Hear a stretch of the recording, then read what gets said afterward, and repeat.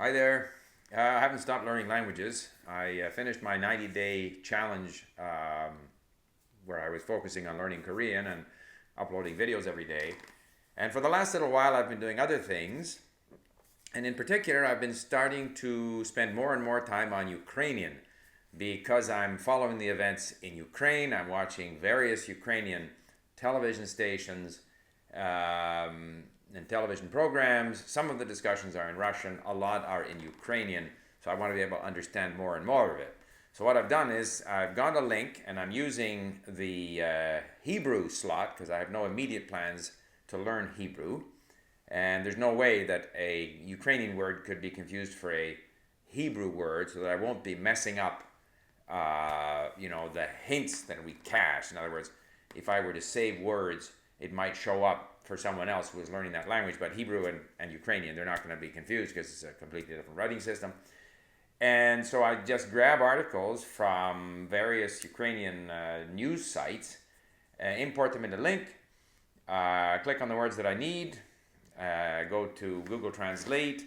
Google Translate has this detect language function, so very quickly it detects that it's Ukrainian. I get my meaning, I type it in. So I'm building up more and more yellow words. So whereas when I started, it was a solid blue, new words to me. Now there's a lot of white words because after a while I get to know what these words mean, or versions or variations of these words. And of course I'm converting a lot to yellow. I'm understanding more and more of it. The process is actually going quite quickly. I would say almost more quickly than Romanian, certainly more quickly than Korean. And so then I'm listening to these interviews in Ukrainian. I'm understanding more and more of it. I think if I keep at it, it won't take me very long before I'll be understanding what these people are saying. I have no immediate plans to speak Ukrainian. I have no need to speak Ukrainian, although again, as I've always said, if I have a high level of understanding and vocabulary, I could learn to speak very quickly. And once I have had that amount of the language sort of in me, if I were to review some of the basic grammar rules of Ukrainian, apparently they have a vocative case, and some of the declensions, or conjugation endings are a little different.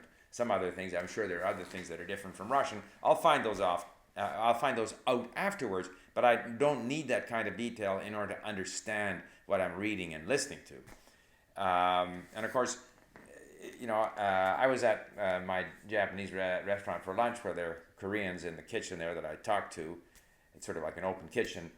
And so, I spoke a bit of Korean there, and I'm going to get back to Korean, and I'm continuing to have transcripts made of Kim Young-ha's podcast. But right now, the focus is on the situation in Ukraine.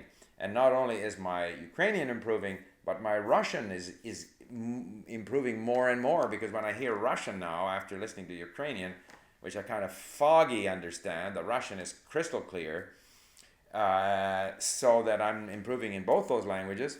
And now I feel if I do a month or so of Ukrainian, I think I'll do the same with Polish. Just go in there and start reading websites in Polish, find some Polish TV programs, start following events in Poland, and it won't take me very long to get the Polish up to a level where at least I can understand. So right now, I'm pursuing my Slavic language kick, and it's so important, I believe, to be interested. If you have this right now, I'm very interested in the events in Ukraine, in following them, in hearing the different perspectives, the different politicians, and the ones from the East, of course, speak Russian, the ones from the West speak Ukrainian. Even the politicians from the East will also speak Ukrainian, so I hear the same people speaking in two languages sometimes. It's all very interesting. I guess the pleasure of being a polyglot is that you can sort of access all of this information in the language, and that you can start learning a new language if you have another language already which is very similar to that language. The trouble is finding the time to do all these things, because I really would like to go back and do more with my Korean, because I got a great big head of steam going behind my Korean. But I'll go back to it, just as I will go back to my Czech, just as I can go back to Russian and constantly continue to improve in these languages.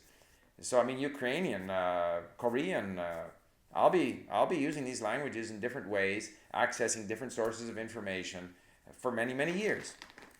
So it's a lot of fun. I'm enjoying it, and it's a sunny day